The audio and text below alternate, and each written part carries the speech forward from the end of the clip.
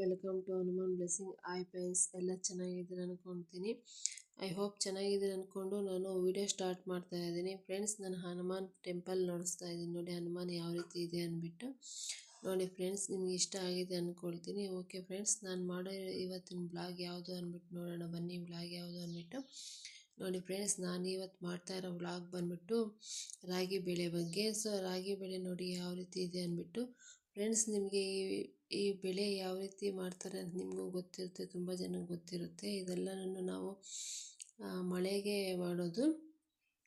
But ಈ ತೋಟ ಮಾತ್ರ ಈಗ ಬಿತ್ತನೆ ಮಾಡಿರೋದ್ರಿಂದ ಇದನ್ನು ಮಳೆ ಬೀಳೋದಿಲ್ಲ.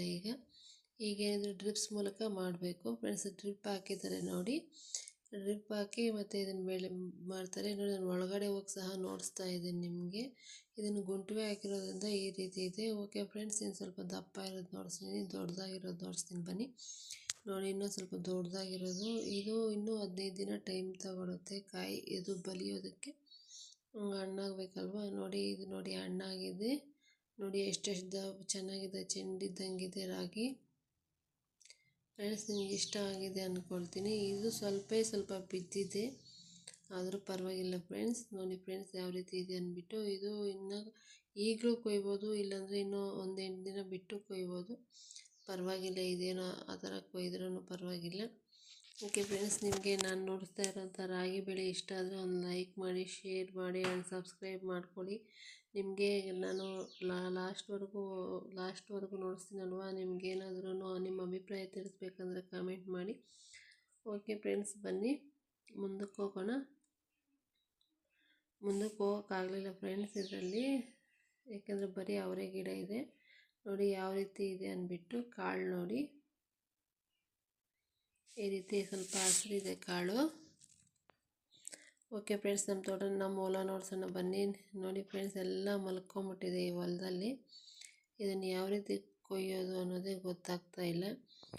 ಆದರೆ ನಾವು ಈಗ ಜನರ ಕೈಯಲ್ಲಿ ಕೊಯ್ಸಲ್ಲ ಫ್ರೆಂಡ್ಸ್, ಯಾಕಂದರೆ ಟೆಕ್ನಾಲಜಿ ಇಂಪ್ರೂವ್ಮೆಂಟ್ ಆಗಿರೋದ್ರಿಂದ ಮತ್ತು ಒಂದೇ ದಿನ ಕೆಲಸ ಆಗೋಗೋದ್ರಿಂದ ನಾವು ಮಿಷನ್ನಲ್ಲೇ ಕೊಯ್ಸ್ತೀವಿ. ಅದು ಬೇರೆ, ಇದು ಬಿದ್ದಿರೋದೆಲ್ಲ ಒಂದೇ ಕಡೆ ಬಿದ್ದಿದೆ ಅಲ್ವಾ, ಪ್ರಾಬ್ಲಮ್ಮು ಆಗಲ್ಲ. ಅದಕ್ಕೆ ಮಿಷನ್ನಲ್ಲೇ ಕೊಯ್ಸ್ತೀವಿ. ಈಗ ಕೊಯ್ಸ್ಬೇಕಂದ್ರೆ ಸ್ವಲ್ಪ ನಮ್ಮ ಕಡೆ ಮೋಡಾಗಿ ನಿಂತ್ಕೊಂಡಿದ್ದಾವೆ, ಅದಕ್ಕೆ ಸುಮ್ಮನೆ ಇದ್ದೀವಿ.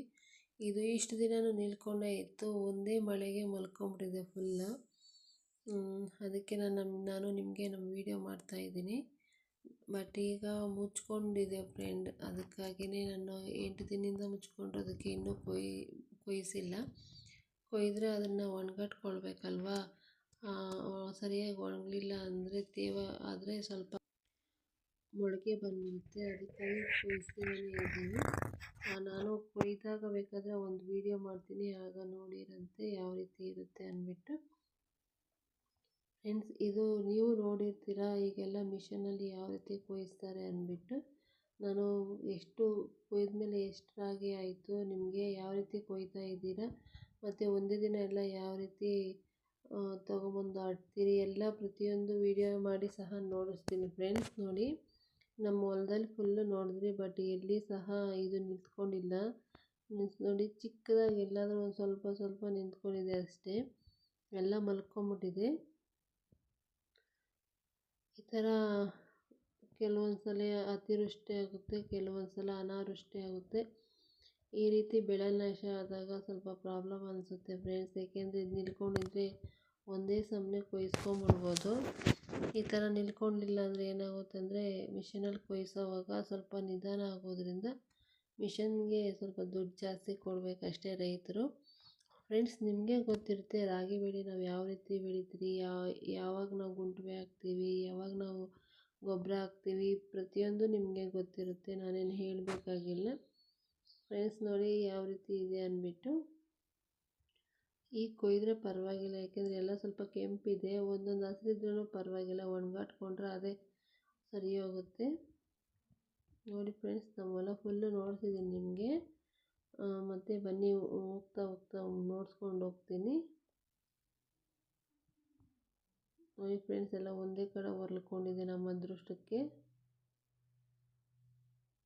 ನನ್ನ ಫ್ರೆಂಡ್ಸ್ ಒಂದೊಂದು ಹಚ್ಚಕ್ಕಿದೆಯಲ್ವ ನೋಡಿ, ಒಂದು ಹಚ್ಚಕ್ಕಿದ್ರೂ ಪರವಾಗಿಲ್ಲ, ಇದು ಒಣಗಿಸಿದ್ರೆ ಸರಿ ಹೋಗುತ್ತೆ. ಈಗ ಕೆಲಸ ಮಾಡೋದು ಕಷ್ಟ ಇರೋದ್ರಿಂದ ಮಿಷನ್ ಆಶ್ರಯ ಮಾಡೋದೇ ಬೆಸ್ಟು ಅಂದ್ಬಿಟ್ಟು ನಾವು ಮಿಷನ್ ಕೈಯಲ್ಲೇ ಕೊಯ್ಸ್ತೀವಿ. ಬನ್ನಿ ಫ್ರೆಂಡ್ಸ್ ಹೋಗೋಣ ಬನ್ನಿ. ನಿಮಗೆ ಲಾಸ್ಟಲ್ಲಿ ಒಂದು ನೋಡಿಸ್ತೀನಿ, ಅದಿಷ್ಟ ಆದರೆ ಒಂದು ಲೈಕ್ ಮಾಡಿ, ಶೇರ್ ಮಾಡಿ, ಅದು ಸಬ್ಸ್ಕ್ರೈಬ್ ಮಾಡ್ಕೊಳ್ಳಿ. ನೀವು ಸಹ ಅದನ್ನು ಬೆಳೆಸೋದಕ್ಕೆ ಟ್ರೈ ಮಾಡಿ, ಜಾಗ ಇದ್ರೆ ಬೆಳೆಸಿ. ನೋಡಿ ಫ್ರೆಂಡ್ಸ್ ಯಾವ ರೀತಿ ಮಲ್ಕೊಂಡಿದೆ ಅಂದ್ಬಿಟ್ಟು.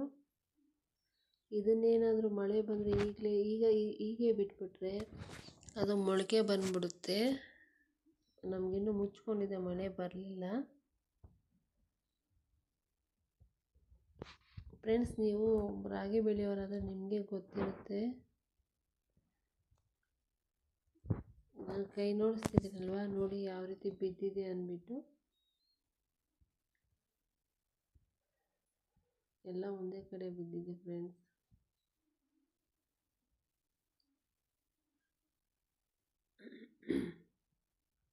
ನೋಡಿ ಫ್ರೆಂಡ್ಸ್ ನಮ್ಮ ಹೊಲ ಯಾವ ರೀತಿ ಇದೆ ಅಂದ್ಬಿಟ್ಟು. ಫ್ರೆಂಡ್ಸ್ ನಿಮಗೆ ಈ ವಿಡಿಯೋ ನೋಡ್ತಾ ಇದ್ದರೆ ಬೇಜಾರು ಅನ್ನಿಸ್ತಾ ಇದೆಯೇನೋ, ಸಾರಿ. ಬನ್ನಿ ಇನ್ನೂ ಸ್ವಲ್ಪ ಮುಂದೆ ಹೋಗೋಣ. ನಿಮಗೆ ಲಾಸ್ಟಲ್ಲಿ ನೋಡ್ಸೋದು ಇಷ್ಟ ಆದರೆ ಪ್ಲೀಸ್ ಲೈಕ್ ಮಾಡಿ.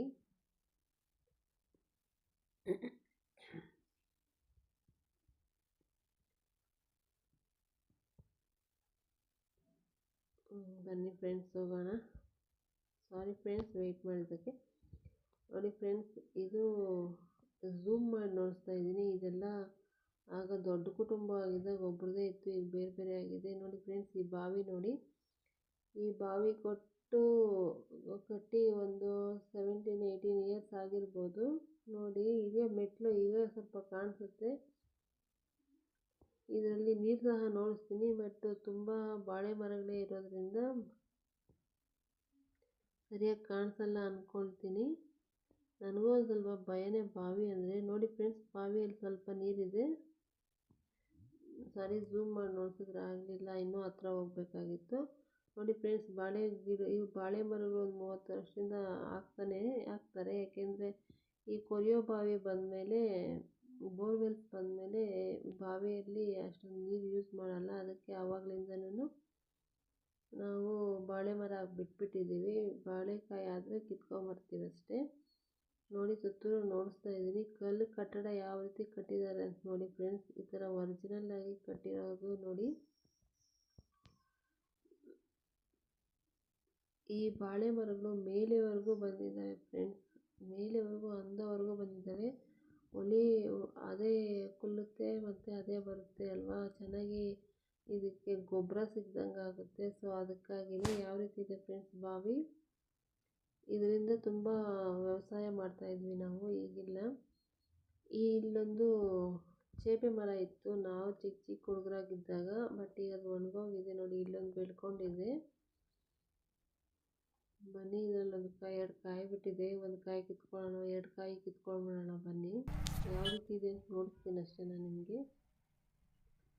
ನೋಡಿ ಫ್ರೆಂಡ್ಸ್ ಈ ಥರ ಚಿಕ್ಕದಾಗಿದೆಯಲ್ವ, ನೋಡಿ ಅದನ್ನು ಕಚ್ಚಿದ್ರೆ ಯಾವ ರೀತಿ ಇದೆ ಅಂದ್ಬಿಟ್ಟು. ತುಂಬ ಚೆನ್ನಾಗಿದೆ ಫ್ರೆಂಡ್ಸ್, ತುಂಬ ಟೇಸ್ಟಿಯಾಗಿದೆ. ಓಕೆ ಬನ್ನಿ ಫ್ರೆಂಡ್ಸ್, ನಿಮಗೆ ಈ ಗಿಡ ನೋಡಿದ್ರೆ, ಈ ಮರ ನೋಡಿದ್ರೆ ಯಾವ ರೀತಿ ಅನಿಸುತ್ತೆ? ಈ ಸಪೋಟ ಮರ ನೋಡಿದ್ರೆ ಯಾವ ರೀತಿ ಅನಿಸುತ್ತೆ? ಇದು ಬಿಟ್ಟಿರೋ ಕಾಯಿ ನೋಡಿದ್ರೆ ಯಾವ ರೀತಿ ಅನಿಸುತ್ತೆ ಫ್ರೆಂಡ್ಸ್? ನಿಮ್ಗೆ ಏನು ಅನಿಸುತ್ತೋ ಒಂದೇ ಒಂದು ಕಾಮೆಂಟಲ್ಲಿ ತಿಳಿಸಿ. ನಿಮಗೆ ರಾಗಿ ಬೆಳೆ ನಾಶ ಆಗಿರೋದು ಚೆನ್ನಾಗಿದೆಯಾ, ಇಲ್ಲಾಂದರೆ ಈ ಥರ ಬಿಟ್ಟಿರೋದು ಚೆನ್ನಾಗಿದೆಯಾ, ಇಲ್ಲ ನಮ್ಮ ಬಾವಿ ಚೆನ್ನಾಗಿದೆಯಾ, ಈ ಥರ ಆಗಬಾರ್ದಾಗಿತ್ತು ಬೆಳೆ ಅನ್ನೋದು ಏನಾದರೂ ಏನಾದರೂ ಅನಿಸ್ತಿ ನಿಮ್ಮ ಕಮೆಂಟಲ್ಲಿ ನನಗೆ ತಿಳಿಸಿ ಫ್ರೆಂಡ್ಸ್. ನೋಡಿ ಫ್ರೆಂಡ್ಸ್ ಯಾವ ರೀತಿ ಇದೆ ಅಂದ್ಬಿಟ್ಟು. ಇದು ಒಂದೇ ಮರ, ಸ್ವಲ್ಪ ದೊಡ್ಡದಾಗಿ ಹರಡ್ಕೊಂಡಿದೆ. ನೀವೇ ನೋಡಿ ಫ್ರೆಂಡ್ಸ್ ಯಾವ ರೀತಿ ಇದೆ ಅಂದ್ಬಿಟ್ಟು. ಇದೇನು ಮಾರೋದಕ್ಕೇನಲ್ಲ, ತಿನ್ನೋದಕ್ಕೆ ಒಂದೇ ಮರ ಇರೋದು.